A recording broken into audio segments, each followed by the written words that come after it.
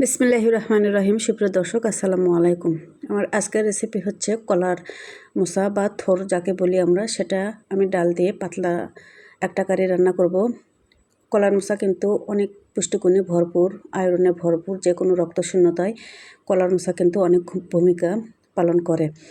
তো আমি সহজ করে রান্নাটি শেয়ার করব আপনাদের সাথে। রান্নাটা কিন্তু একেবারে অসাধারণ, আশা করছি ভালো লাগবে। প্রথমে আমি একটা কলার মোচা নিয়েছি, উপর থেকে যে 2-3টা ফুল যেটা একটু কালো হয়েছে আমি ফেলে দিয়ে ভিতর থেকে এভাবে করে বেছে নেব।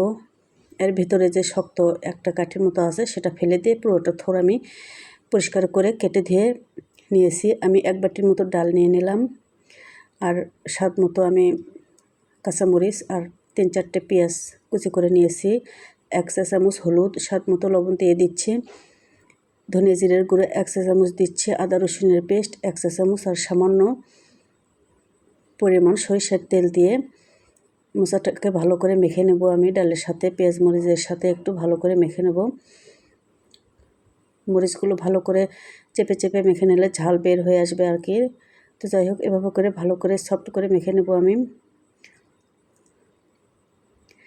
রান্নাটা কিন্তু অসাধারণ, সাদা ভাতের সাথে খেতে, আর পুষ্টিগুণেও ভরা। যাই হোক, আমি মেখে নিয়ে পরিমাণ মতো পানি দিয়ে এটাকে সিদ্ধ করে নেব পারফেক্টভাবে। আমার মোচাগুলো সিদ্ধ হয়ে এসছে, অনেকটা পানি কমে এসছে। আর মাঝখানে আমি ঢাকনা খুলে অনেকবার নেড়ে চেড়ে দিয়েছি, দেখতেই পাচ্ছেন মোচাগুলো অনেক সফট হয়ে সিদ্ধ হয়েছে। যেহেতু আমি ঝোল রান্না করব, আবার একটু 1 কাপের মতো পানি দিয়ে নিলাম, আর ঢেকে মৃদু আঁচে রেখে দেব। চুলার অপর পাশে আমি একটা বাগার তৈরি করে নেব। এই স্পেশাল বাগারটার কারণে কিন্তু এই রান্নাটা খেতে অসাধারণ লাগে। আমি পরিমাণ মতো সয়াবিন তেল, 2টো তেজপাতা, 1 মুঠো রসুন কুচি আর 2 মুঠোর মতো পেঁয়াজ কুচি নিয়ে নিলাম। আর একটা শুকনো মরিচ আমি ছোট ছোট করে কেটে দিব। পেঁয়াজ ও রসুনগুলো একটু বাদামি করে ভেজে নেব। আর এ পর্যায়ে দিয়ে দিচ্ছি 1 টেবিল চামচের মতো পাঁচফোড়ন। পাঁচফোড়নটা এই রান্নায় অবশ্যই দেওয়ার চেষ্টা করবেন, এতে কিন্তু অনেক স্বাদ বেড়ে যায়। তো আমার ফোড়নটা রেডি। আমি চুলার উপরে থাকা মোচার উপরে ফোড়নগুলো দিয়ে দিলাম। সবগুলো ফোড়ন আমি দিয়ে দিলাম, আর চুলার হিটটা একেবারে লোতে রেখে আমি ফোড়নগুলো রান্নার সাথে মিশিয়ে নিচ্ছি। যেহেতু আমি ঝোল রাখবো, আমি এখানে দমে রেখে দিলাম 5 মিনিট।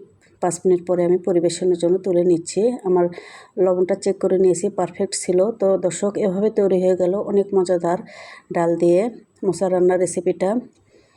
সাদা ভাতের সাথে খেতে কিন্তু অসাধারণ লাগে। আশা করছি একবার ট্রাই করবেন আমার এই রেসিপিতে।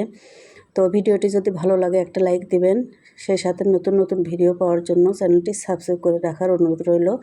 আর ফেসবুক পেজ থেকে যারা দেখছেন তারা প্লিজ পেজটি ফলো করে নেবেন। আগামী রেসিপি দেখার আমন্ত্রণ জানিয়ে আজকে বিদায় নিচ্ছি। সবাই অনেক অনেক ভালো থাকুন। আল্লাহ হাফেজ।